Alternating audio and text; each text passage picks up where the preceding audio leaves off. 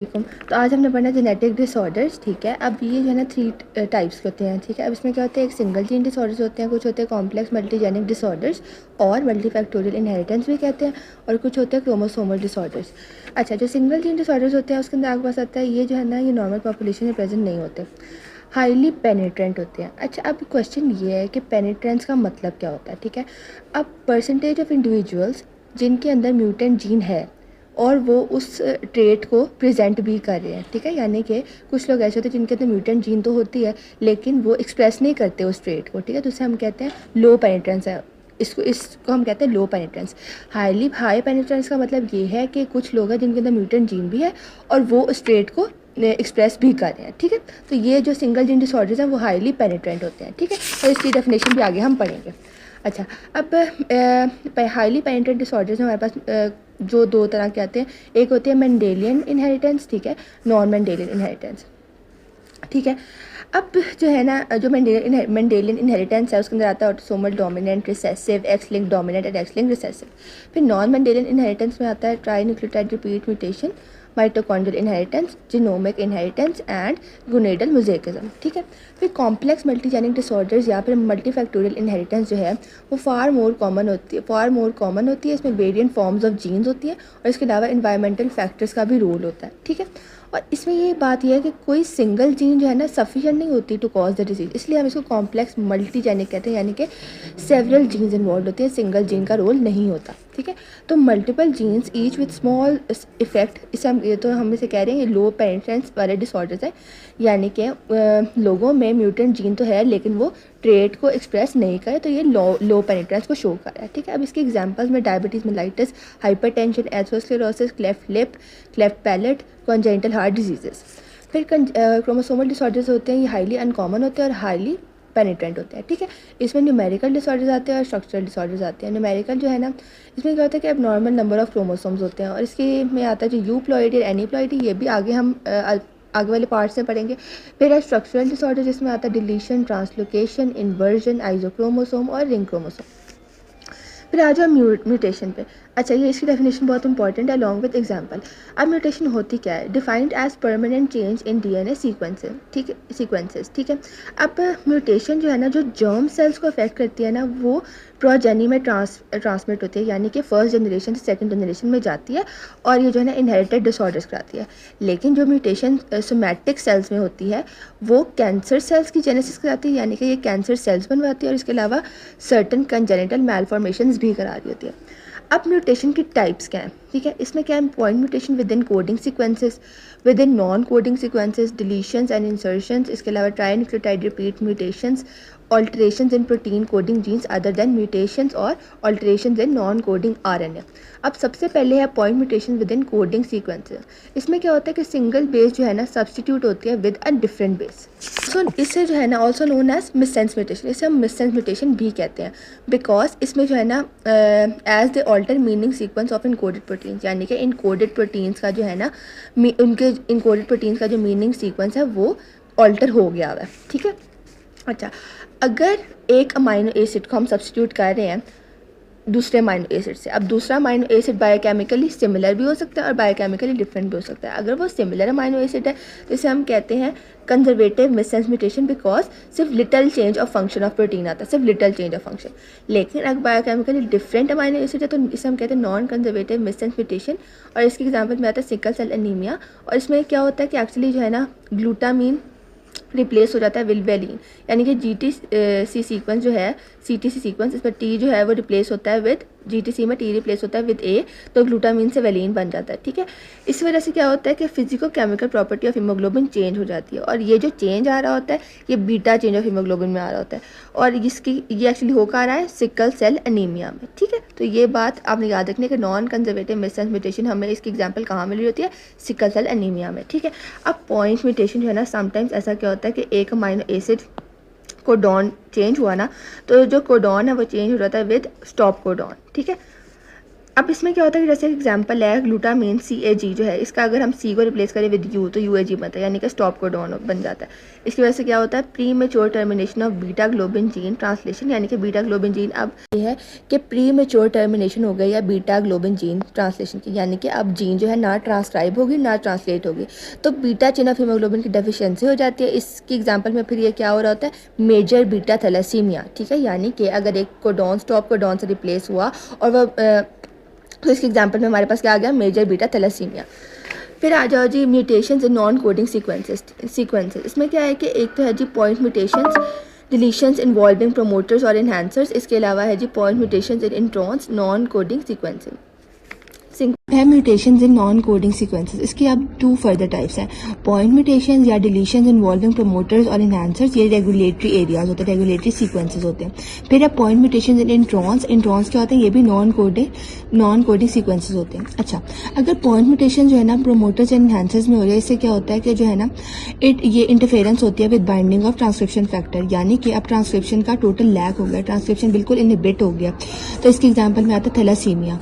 फिर है point mutation in introns, इसमें क्या होता है कि डिफेक्टिव स्प्लाइसिंग होती है इंट्रॉन्स की। आपको पता है ना इंट्रॉन्स जो है वो 2 एक्सॉन्स के बीच होते हैं, इंट्रॉन्स जो है वो नॉन कोडिंग होते हैं और एक्सॉन्स जो है वो कोडिंग होते हैं। तो हम क्या कहते हैं कि इंट्रॉन्स को जो है स्प्लाइस करा रहे होते हैं। अगर पॉइंट म्यूटेशन इंट्रॉन में है तो उसका मतलब ये है कि डिफेक्टिव स्प्लाइसिंग होगी इंट्रॉन की, डिफेक्टिव मैसेंजर RNA प्रोसेसिंग होगी, failure to form mature RNA, और इस वजह से अगर RNA नहीं होगा तो ज़ाहिर ट्रांसलेशन नहीं होगी और प्रोडक्ट नहीं बनेगा। फिर है डिलीशंस एंड इंसर्शंस। अच्छा, अब 2 कैटेगरीज हो सकती हैं, या तो if number of base pairs involve is 3 और मल्टीपल ऑफ 3, या फिर क्या हो सकता है कि number of base pairs involve is not a multiple of 3, ठीक है। अच्छा, अब इसमें क्या है कि अगर बेस पेयर जो इन्वॉल्व है वो 3 है या मल्टीपल ऑफ 3 है, इसमें इंसर्शन या डिलीशन हो रही है, तो इसमें क्या होता है कि एबनॉर्मल प्रोटीन बनता है, लैकिंग और गेनिंग 1 और मोर अमाइनो एसिड, यानी कि अब जो एबनॉर्मल प्रोटीन बनेगा उसमें या तो एक अमाइनो एसिड कम होगा या एक अमाइनो एसिड ज्यादा होगा, ठीक है। अब इसकी एग्जांपल तो एबनॉर्मल प्रोटीन है जिसके अंदर या तो एक अमाइनो एसिड ज्यादा है, यानी कि वो एक से ज्यादा अमाइनो एसिड आ गया, या फिर एक से ज्यादा अमाइनो एसिड का लॉस हो गया, ठीक है। तो अब इसके एग्जांपल में आता है सिस्टिक फाइब्रोसिस, जिसमें क्या होता है कि 3 बेस पेयर्स डिलीट हो जाते हैं एट पोजीशन 508। सो अब हमारे पास जो प्रोटीन बनता है उसमें क्या होता है कि अमाइनो एसिड जो है ना वो प्रेजेंट नहीं होता एट पोजीशन 508, ठीक है। ऑप्शन 508 क्या थी, if insertion deletions of codons base pairs is not a multiple of 3, ठीक है। इसमें क्या होता है कि reading frame of DNA strand जो है ना वो ऑल्टर हो जाता है, इस वजह से फ्रेम शिफ्ट म्यूटेशन होती है। अब इसके एग्जांपल में आता है ABO ब्लड ग्रुप सिस्टम में समटाइम्स क्या होता है कि A एलील जो है ना वो O एलील से चेंज हो जाती है।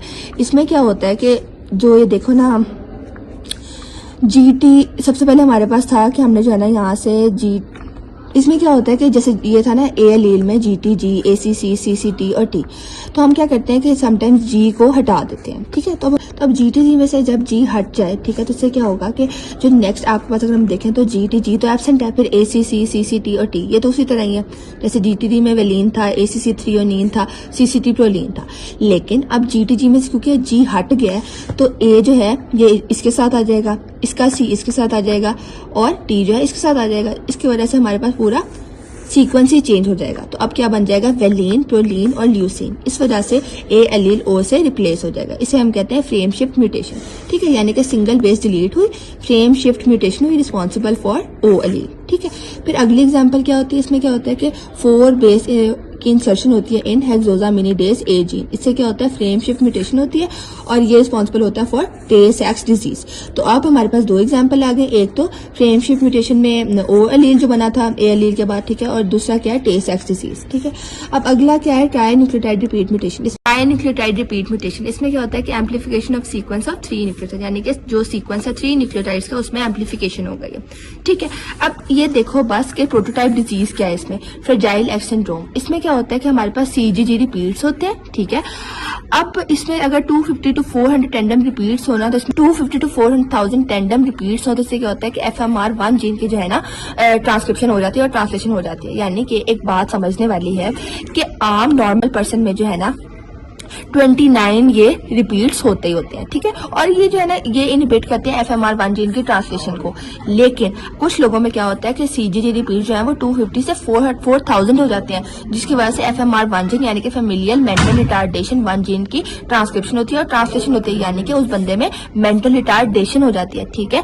तो दीज ट्राइन्यूक्लियोटाइड रिपीट्स आर डायनामिक, यानी कि ये जो एम्पलीफिकेशन हो रही थी ना, ये डिग्री ऑफ एम्पलीफिकेशन बढ़ती है ड्यूरिंग गैमेटोजेनेसिस। जैसे कि जैसे गैमेटोजेनेसिस होगी तो ये एम्पलीफिकेशन ज्यादा होती जाएगी, डिग्री ऑफ एम्पलीफिकेशन बढ़ जाएगी। Protein coding genes other than mutations. अच्छा, इसमें क्या होता है कि स्ट्रक्चरल वेरिएशंस आती हैं और इसके एग्जांपल में आता है कॉपी नंबर चेंजेस। दो तरह की चेंजेस होंगे, एम्पलीफिकेशन या डिलीशन और ट्रांसलोकेशन।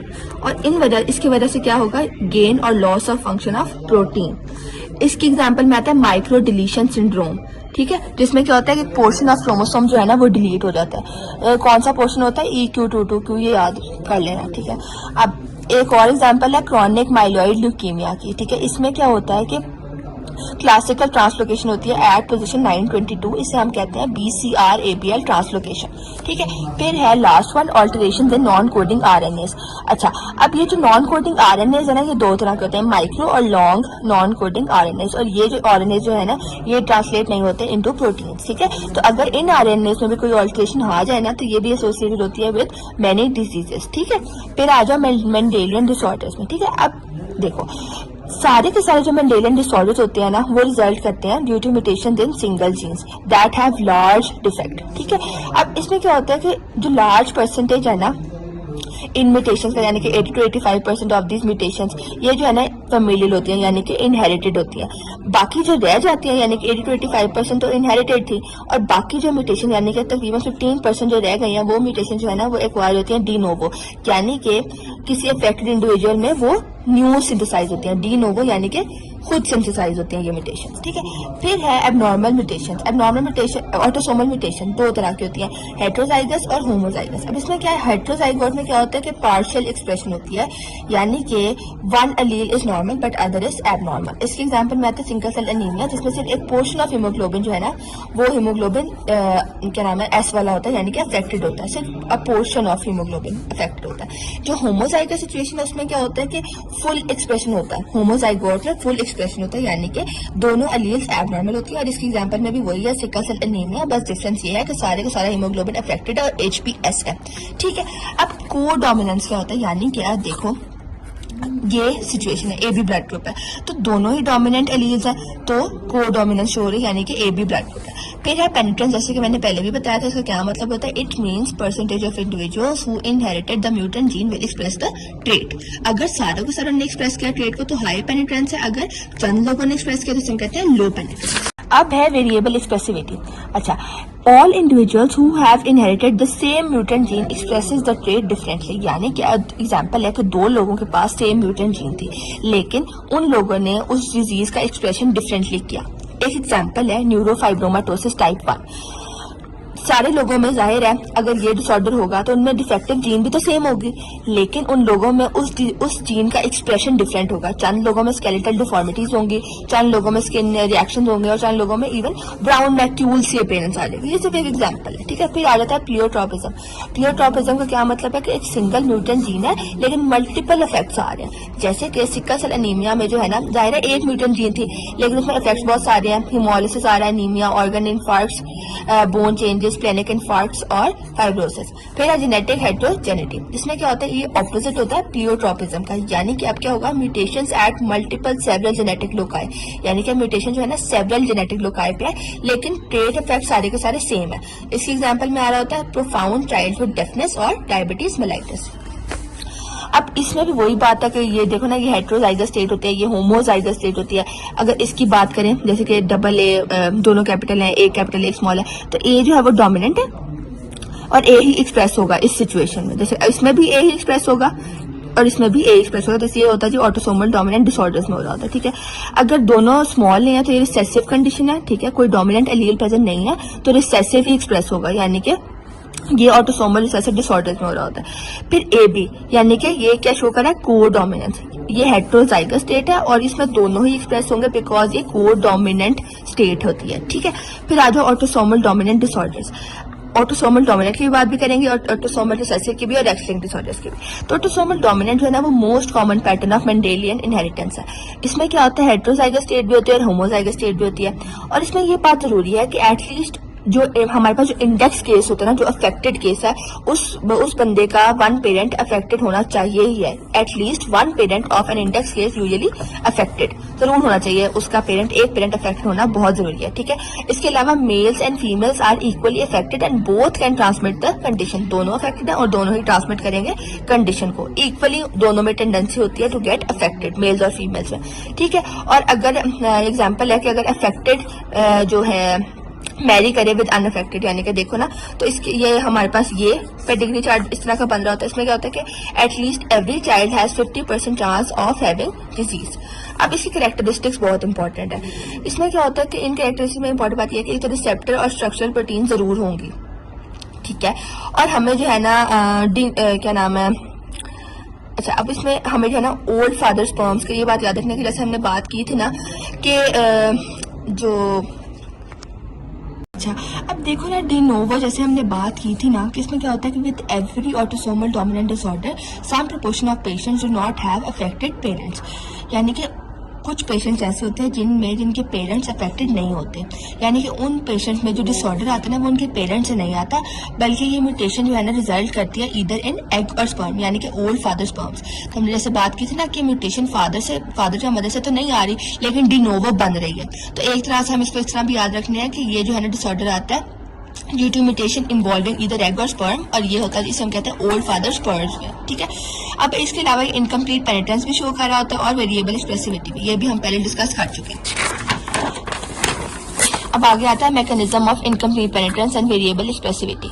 इसमें क्या होता है कि इसकी रीजन क्या है इनकम्प्लीट पेनिट्रेंस और वेरिएबल एक्सप्रेसिविटी की, यानी कि कुछ लोगों में म्यूटेंट जीन तो है लेकिन वो एक्सप्रेस नहीं करे ट्रेट को, और वेरिएबल एक्सप्रेसिविटी का मतलब ये है कि लोगों में म्यूटेंट जीन तो सेम है, लेकिन अगर दोनों लोगों में म्यूटेंट जीन तो सेम है लेकिन एक्सप्रेशन डिफरेंट है, ठीक है। तो इसमें मैकेनिज्म क्या होता है, सबसे पहले तो ये certain influence of other genes, इसके अलावा इन्वायरमेंटल और डाइटरी फैक्टर्स का भी रोल होता है, और इन सर्टेन केसेस क्या होता है एज ऑफ ऑनसेट जो है वो डिले हो जाता है। साइंस और सिम्टम्स जो है ना वो अडल्टहुड में अपेयर होते हैं। इसके एग्जांपल में आता है हंटिंगटन डिजीज। इसके अलावा loss of function type mutation is more common इस केसेस में। इसके अलावा gain of function type mutation भी होती है लेकिन ये फार लेस कॉमन है। अच्छा, उसके बाद है ऑटोसोमल डोमिनेंट डिसऑर्डर जो है ना वो फॉल करते हैं in one of the few familiar patterns. अब इसमें क्या है कि देखो ना दीज डिसऑर्डर्स, ये जो डिसऑर्डर्स है ना ये इन्वॉल्व होते हैं in regulation of complex metabolic pathways that are subject to feedback inhibition. इसके एग्जांपल में आता है फेमिलियल हाइपरकोलेस्ट्रोलेमिया।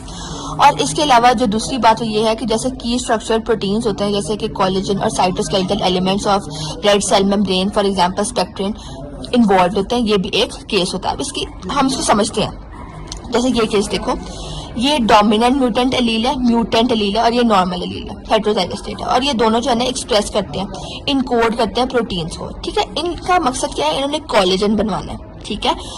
अगर इन दोनों ने ना प्रोटीन बनवाई, ठीक है, अब ये जो है ना एबनॉर्मल प्रोटीन भी बनवाएंगे और नॉर्मल भी बनवाएंगे, क्योंकि हमारे पास एक म्यूटेंट एलील भी है और एक नॉर्मल एलील भी है, तो एबनॉर्मल प्रोटीन भी बनेगी और नॉर्मल भी बनेगी, तो हमारे पास एक कोलेजन प्रोटीन का ट्राइमर बनेगा, ठीक है। अब इस ट्राइमर में जो है ना 3 कंपोनेंट्स है, एक एबनॉर्मल है, 2 नॉर्मल है, ठीक है। एबनॉर्मल कंपोनेंट जो है ना वो इंटरफेयर करेगा with formation of normal stable collagen trimer, तो हमारे पास जो है ना नेकेड डेफिशिएंसी हो जाएगी कोलेजन की, और ये किस डिसऑर्डर में होती है, ऑस्टियोजेनेसिस इम्परफेक्टा में, ठीक है। अब जैसे हमने ये बात की थी ना डोमिनेंट म्यूटेंट एलील की, इसे हम डोमिनेंट नेगेटिव भी कहते हैं बिकॉज ये जो है ना इम्पेयर करती है फंक्शन ऑफ नॉर्मल एलील को, ठीक है।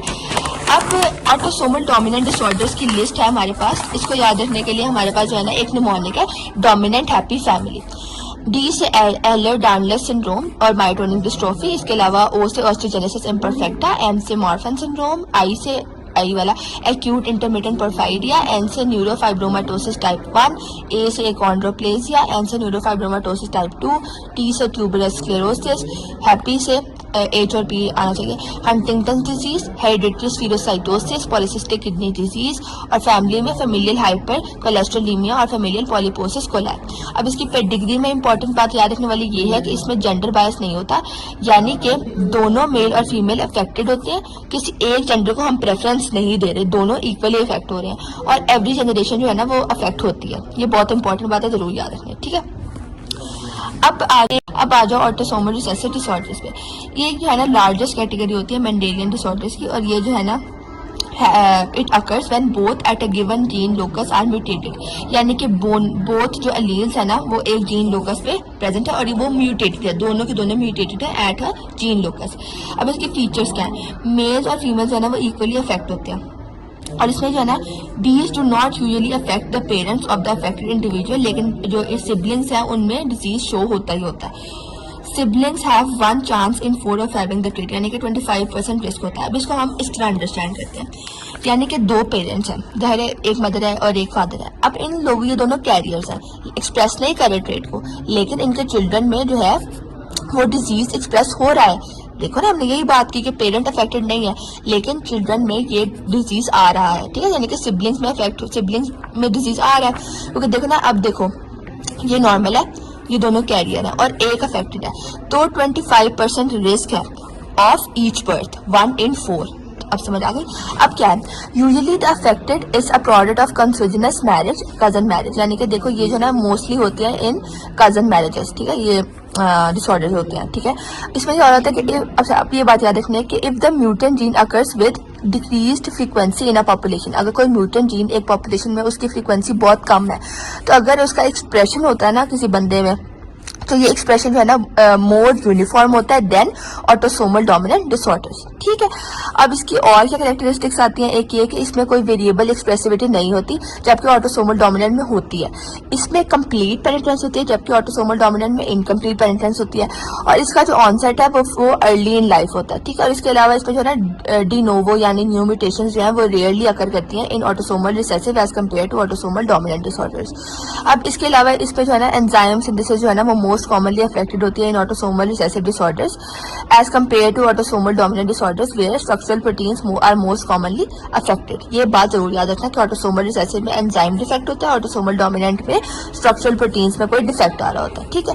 अब ऑटोसोमल रिसेसिव की सारी लिस्ट को याद रखने के लिए हमारे पास जो है निमोनिक है, ठीक है। इसमें जो है ना ABCDEFGH एंड अदर्स, A से आई कैप्टन यूरिया, एनीमिया यानी sickle cell anaemia, atrophy neurogenic muscular atrophy, spinal muscular atrophy, B से बीटा थैलेसीमिया, C से cystic fibrosis, congenital adrenal hyperplasia, E से D से एलर-डानलेस सिंड्रोम, यानी कि सम वेरिएंट्स, उधर भी था और इधर भी है लेकिन अदर वेरिएंट्स में होता है, ठीक है ना, ऑटोसोमल रिसेसिव। फिर E से एम्फाइसीमा, अल्फा 1 एंटीट्रिप्सिन की डेफिशिएंसी होती है, F से फ्रेडरिक एटेक्सिया, G से ग्लाइकोजन स्टोरेज डिजीजेस GSDs और गैलेक्टोसीमिया, H से होमोसिस्टिन यूरिया और हीमोक्रोमाटोसिस और अदर्स में PKU phenyl ketone urea LSD, lysosomal storage diseases और विल्सन डिसऑर्डर। पेडिग्री देख लेते हैं। पेडिग्री से हमें क्या पता लगता है कि एक जनरेशन जो है ना वो स्किप होती है, उसमें तो है ना हर जनरेशन इफेक्ट हो रही थी लेकिन इसमें जो है ना वो जनरेशन स्किप होती है। इसके अलावा parents of affected children might not be affected, हम पहले बात कर सकते हैं। इसके अलावा इसमें भी जेंडर बायस नहीं है, यानी कि इक्वल टेंडेंसी होती है मेल और फीमेल में ऑफ हैविंग द डिसऑर्डर, यानी कि दोनों में इक्वली टेंडेंसी होती है ऑफ हैविंग द डिसऑर्डर। फिर क्या है, if both parents are affected, तो इसका मतलब यह है कि सारे के सारे चिल्ड्रन भी अफेक्टेड होंगे, ठीक है। अब आ जाओ जी एक्स लिंक डिसऑर्डर्स के ऊपर। अच्छा, all sex link disorders are X linked and almost all are recessive, ये बात इंपॉर्टेंट है, याद रखना। Several genes are located in male specific region of Y, यानी कि मोस्ट ऑफ द जीन्स जो है ना आपको वाई रीजन ऑफ मेल में नजर आएंगे, और ये जो वाई रीजन में अलील होती है ना ये एसोसिएटेड होती है विद स्पर्मेटोजेनेसिस। तो males with mutation affecting the Y link gene are usually infertile, यानी कि जाहिर है जब वाई रीजन में स्पर्मेटोजेनेसिस का अफेक्ट से एसोसिएटेड जीन्स प्रेजेंट है, तो अगर इसमें म्यूटेशन है तो इसका मतलब ये है कि जो है ना मेल जो है वो इनफर्टाइल होगा, ठीक है। Hence there is no Y linked inheritance. अच्छा, अब ये क्वेश्चन आता है कि X linked recessive disorders are more common in males why. इसका आंसर ये है कि Y chromosome for most part is not homologous to Y, Therefore, mutant genes on X don't have corresponding normal allele on Y, यानी कि अगर mutant gene आपके पास X में है तो उसकी corresponding normal allele तो Y में है ही नहीं। X में तो होता है कि X की X पे होती है, लेकिन XY में ऐसा चांस नहीं होता। Therefore, no X-linked disorders are expressed in males। अब आगे देखते हैं। अच्छा, अब क्या है हमारे पास, affected male cannot transfer the disease to his sons but all daughters are carriers, यानी कि नॉर्मल फीमेल है, अफेक्टेड मेल है। इससे ये पेडिग्री देख लेंगे आप, इससे क्या पता लगता है कि ऑल डॉटर्स आर कैरियर्स, ठीक है। इसके अलावा all sons are normal because X is अब जो हमने ये देखा कि सारी की सारी डॉटर्स जो है वो कैरियर्स हैं, जैसे कि पता लग रहा है, लेकिन सन्स जो है वो नॉर्मल है बिकॉज एक्स जो है ना बॉय में वो आता है फ्रॉम मदर ओनली, ठीक है। अच्छा, अब ये देखो ना, ये जो स्टेट है हेटेरोजाइगस फीमेल ये भी डिजीज को एक्सप्रेस नहीं करती, लेकिन हेटेरोजाइगस होमोजाइगस फीमेल ये जो है डिजीज को एक्सप्रेस करती है, ठीक है। अब ये कैरियर है, ये अफेक्टेड है। फिर अफेक्टेड फीमेल होमोजाइगस और नॉर्मल मेल है, इससे क्या पता लग रहा है कि ऑल सन्स आर अफेक्टेड, ठीक है, क्योंकि एक ही एक्स अगर अफेक्टेड है तो फिर मेल अफेक्टेड है, ठीक है। इसके अलावा डॉटर जो है वो कैरियर्स है बिकॉज एक्स दोनों का जो है ना म्यूटेंट होना बहुत जरूरी है फॉर एक्सप्रेसिंग द डिजीज, लेकिन इसमें जो है ना सिर्फ फीमेल कैरियर होगी, एक्सप्रेस नहीं करेगी डिजीज को। फिर है हेटेरोजाइगस कैरियर, ये है फीमेल, ठीक है। फिर हमारे पास ये जो है ये मेल है, नॉर्मल मेल। इससे हमें क्या पता लग रहा है कि with every birth there is 50% chance of son getting affected, इससे हमें ये पता लग रहा है। फिर आ जाओ जी, ये कंडीशन है हेटेरोजाइगस फीमेल जो कि फिनोटाइपिकली नॉर्मल है, but if the normal X is inactivated by the process of random inactivation, अगर एक्स जो है वो इनएक्टिवेट हो गया बाय रैंडम इनएक्टिवेशन से, तो इससे क्या होगा कि डिजीज एक्सप्रेस हो जाएगा क्योंकि देखो ना एक्स दूसरा एक्स पे म्यूटेट हो गया, but this doesn't happen normally. The normal X is inactivated in only few cells, ठीक है। इसे हम कहते हैं heterozygotes express the disease normally, ठीक है। अब उसके बाद आ रहा है एग्जाम्पल है एक्स लिंक्ड रिसेसिव डिसऑर्डर्स। इसका निमोनिक है कि हमने किस तरह याद रखना है एक्स लिंक्ड रिसेसिव डिसऑर्डर्स को। इसमें आता है David had chronic gas syndrome, Duchenne muscular dystrophy, एज से इसके अलावा डायबिटीज इंसिपिडस 2D है। फिर है ए से हीमोफीलिया A and B, सी से CGD क्रॉनिक ग्रैनुलोमेटस डिजीज, जी से G6PD डेफिशिएंसी और ए गैमा ग्लोबिनीमिया। फिर है सिंड्रोम्स आ जाते हैं जिसके अंदर आपके पास विस्कॉफ एल्ड्रिक सिंड्रोम है, लेश-नेहन सिंड्रोम है, फ्रेजाइल एक्स सिंड्रोम है। अब ये पेडिग्री है, इससे हमें क्या पता लग रहा है कि all disease from mother to son are gender bias, all disorders from mother to son gender bias present, यानी कि इसमें जो है ना जेंडर बायस होगा। के एक्स लिंक डोमिनेंट डिसऑर्डर्स, इसमें एग्जांपल में आता है एल्पर सिंड्रोम और विटामिन डी रेजिस्टेंट रिकेट्स। तो अगर विटामिन डी रेजिस्टेंट रिकेट्स में क्या है कि अगर अफेक्टेड हेटेरोजाइगस फीमेल है तो इससे क्या होगा कि half of her sons and half of her daughters are affected, और अगर अफेक्टेड मेल पेरेंट है तो all his daughters affected and none of his sons are affected. और ये जो है ना पेडिग्री होती है एक्स लिंक डोमिनेंट पेडिग्री।